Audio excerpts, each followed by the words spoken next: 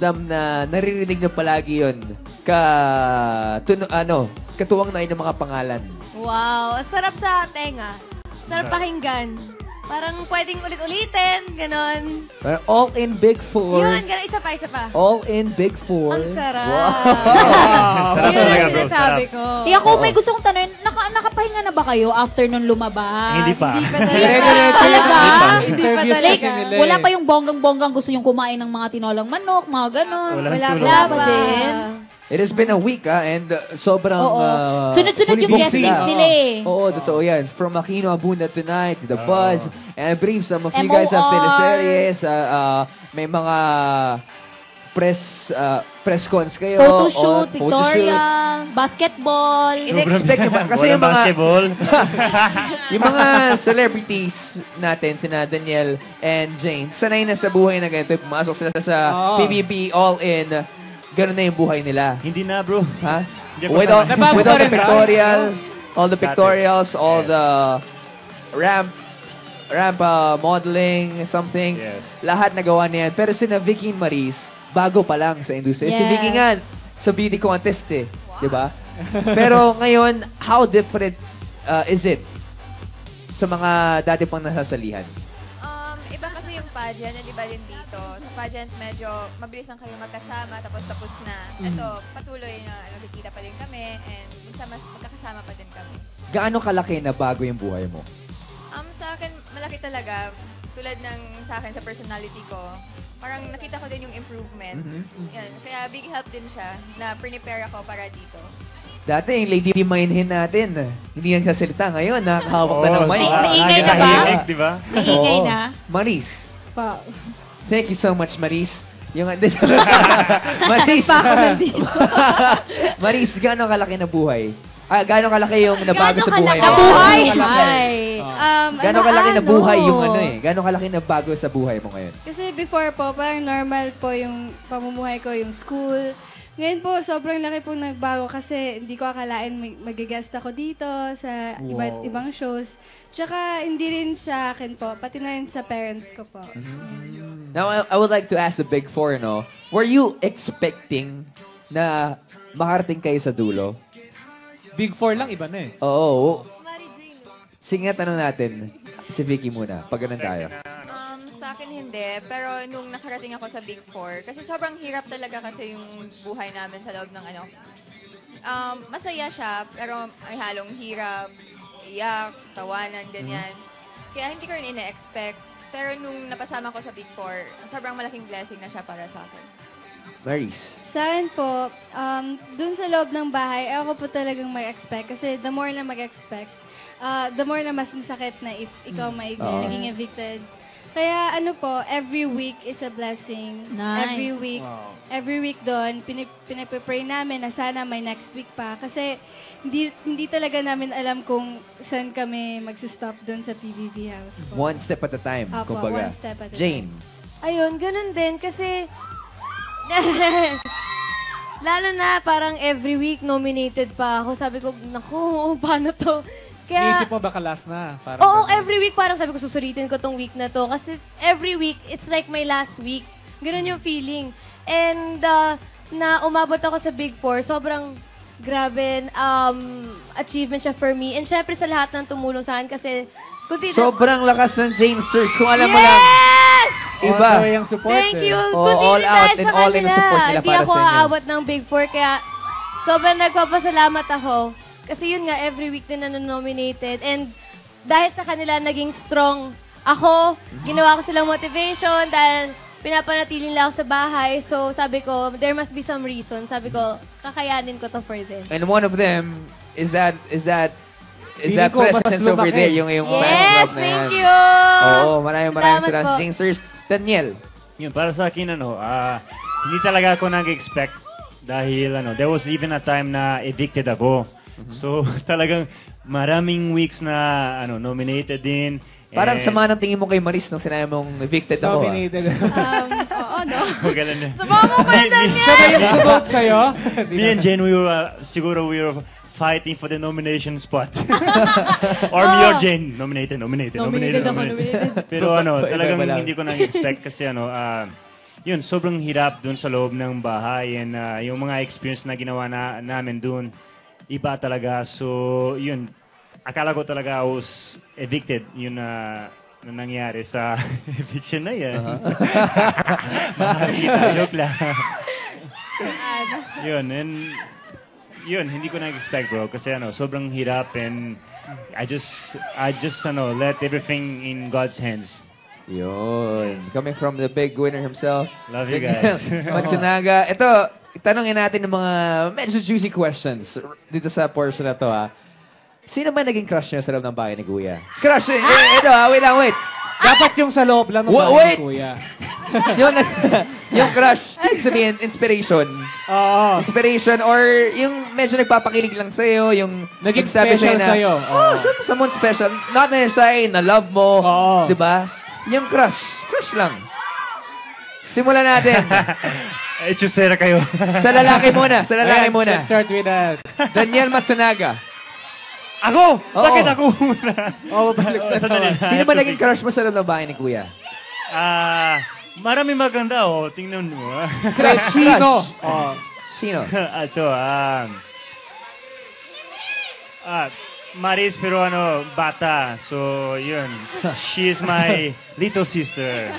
Naging crush mo in a way na nagbibigay sa inspiration. Oo. Okay, si Maris. Close kaibigan. Maris, sino pa? Oo.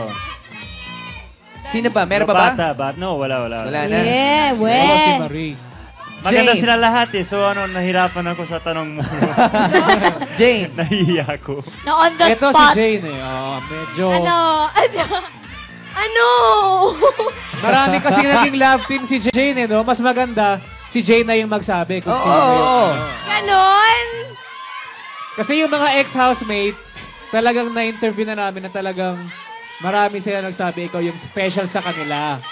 So this time, mas maganda coming mismo kay Jane kung sino yung nag-iisang yon. And tulad na sinabi na, by definition, crush doesn't necessarily mean na in love ka, di ba? Oo, Kailangan nagusto yung mo siya. naging Crush tumulong lang sa'yo. level. Kasi, I tell you guys, sobrang hirap mabuhay sa loob ng bahay ni Kuya. Kaya kailangan mo ng konting inspiration na kailangan ng hugot coming from your housemates. So, sino, Jean? Sino? Yan. Yung totoo. Yung totoo. Hindi. Yung totoo. Hindi, yung sinungaling, yung hindi totoo. Yung totoo. Yung totoo. Paano? Ano ba? Kasi lahat naman, wala kasi ako naging as in crush na, crush. Hindi, sige, ibahin natin yung tanong. sige. Sino yung sa tingin mo na parang everyday gusto mong kasama? Yeah! Parang mas malalim ata yun. Or sino yung naging inspiration mo Ito. sa pamalagi sa loob ng Kung bahay ni crush, Kuya? siguro Manolo. Manolo. Pero, Okay. Okay. okay. Kung sa crush si Manolo. Hindi, kasi cute, natutuwa ako sa ugali ni Manolo. Ayan. Yun. Pero, marami ako naging close sa bahay. Sino pa? Jay? Ba't mahilig ka sa Jay, Jane? Mahilig ka, no? Ayun, Sa labas or sa... naging close ko si Axel, naging close ko si Joshua. Marami. Marami. Okay. Madami Sige, yan, medyo nakakatsi Ito si Baby Maris. Vicky. Vicky. Let's start, skip po natin si Maris. Paano? Sino ba naging inspiration mo sa loob ng bahay ni Kuya? Lahat sila. If there's one particular Dapat one person lang. na tumulong sa'yo, gumabay sa'yo, kasi yung crush, baka mamaya isipin ng iba, Oh, May gusto ka na. na may konting ibang attachments nun eh. Yung gumabay. Gumabay naging inspiration sa'yo. Hindi naman inspiration. Yung gumabay, sige. Sige, close yung friend na gumabay special or sa'yo. Close friend, si Daniel. Daniel Matsunaga. Okay. Ayun. yun. Sino pa ba? Meron pa ba? Or Daniel Matsunaga? Maris! Eto na. Sino yung pinaka-special, close, Naging inspiration. sa'yo? Sa loob ng bahay po. Tsaka sa labas. Oh, sabi Sa loob, Maris sa loob. and Manolo yan. Oh. Si Kuya. Si Kuya! Crush ko po si Kuya kasi ginagabayan niya ako. Joke lang. At first, naging crush ko si Kuya Fifth kasi Fifth? umahanga ako sa talento niya, sa kanyang sayang pagiging creative. Pero, Maris and Jacob. Pero- James and Jacob daw. paano? Pero naging crush ko talaga si Maris and Manolo. Daniel. Manolo! Manolo, nakaka-strike. Guwapo din, ni Manolo, ah. Oo. Hindi kasi Bakit? natutuwa ako sa kanya. Ay. Ay, nakikita ko talaga Kinikilig ako. sa chinito. Sa mukha niya si Eric. Si Daniel ba naging crush mo? Hindi!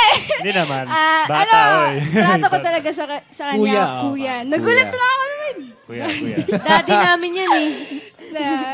Basta may parang endearment lang kami, parang lambingan na bata, tanda, ganon. From, Bata, tanda. from, Kaya yun. So, ikaw yung tanda, syempre, di ba? Kuya. Hindi, siya yung bata. Ako Siya si yung... Kuya. na-analyze mo yun, ah. Okay. Sa lahat. Move on to the last question. Ano bang mga biggest learnings nyo sa loob ng bahay ni Kuya?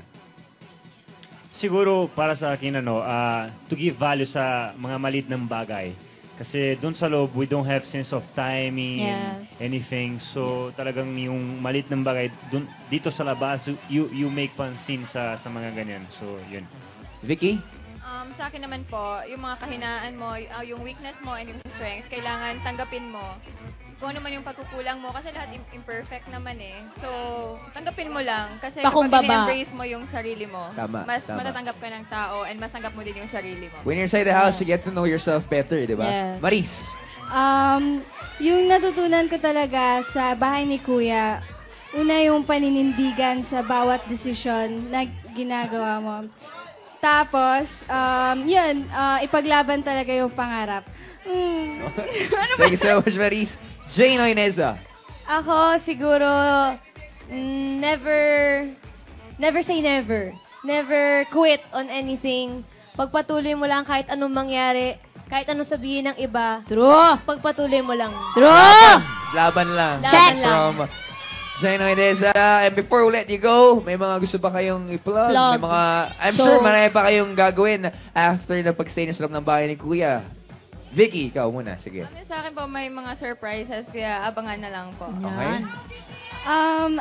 Mga guestings po sa mga show at saka guesting din po sa isang teleserye. Wow! Teleserye. Level. Jane. Yes, ako po, meron po akong new show coming up. Yun na! Ayan. Yun na! Siyempre, alam niyo na sino kasama ko?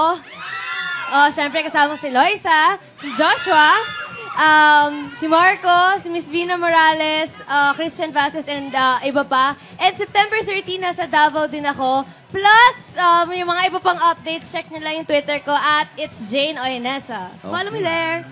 Daniel. Ako, according to my manager, meron akong 2 movies. Wow! Yan. Movies agad, oh. And yun, meron akong maraming guesting sa labas. And yun, gusto ko magpasalamat sa lahat na sa suporta. And may God bless you all. Thank you. Yun lang. There we go. Palapang po natin the Big Four of Pinoy Big Brother all in.